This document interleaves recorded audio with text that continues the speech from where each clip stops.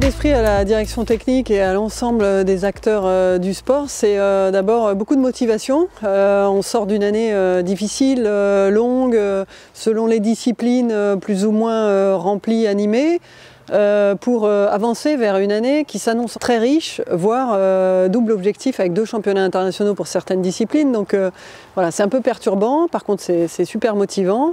Aujourd'hui, les Jeux sont programmés.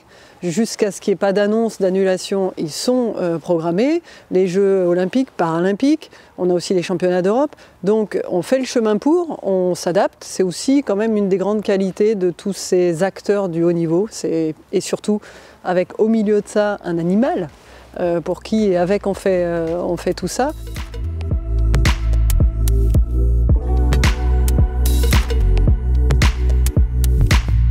On est début janvier. Dans ce contexte-là, ça étonne quelques-uns qu'on se prépare si tôt, mais tout simplement parce que tout le monde aussi a peur dans ce contexte que les Jeux ou les championnats ne se tiennent pas. C'est pas tôt par rapport à une Olympiade. Là, on fait la tournée de tous les stages d'hiver. C'est un travail de fond dans les 4 disciplines. On a les masterclass en para, on a les stages qui commencent dans 10 jours en dressage, en concours complet. Ils sont à cheval à cette heure-ci. En saut d'obstacle, on commence par un check vétérinaire.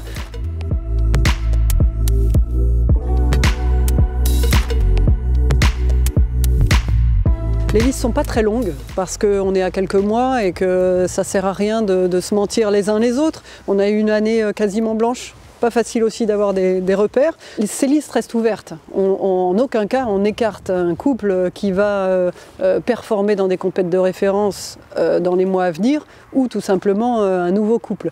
Donc ça on ne l'écarte pas, mais l'état des forces c'est en jumping une équipe qui reste assez forte puisqu'on a des cavaliers vraiment d'expérience, les chevaux peut-être un peu moins.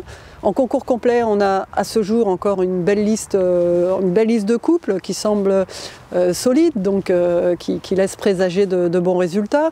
En paradressage, on est encore en construction. On a au moins un couple qui se détache, qui est très récent, pour lesquels on a de belles prétentions aussi individuelles, donc pourquoi pas.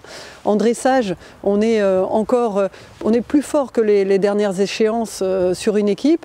On est encore à des moyennes qui sont pas assez satisfaisantes pour un podium à ce jour. Donc on vise encore les finales bien sûr individuelles, mais on est sur un travail encore à moyen terme.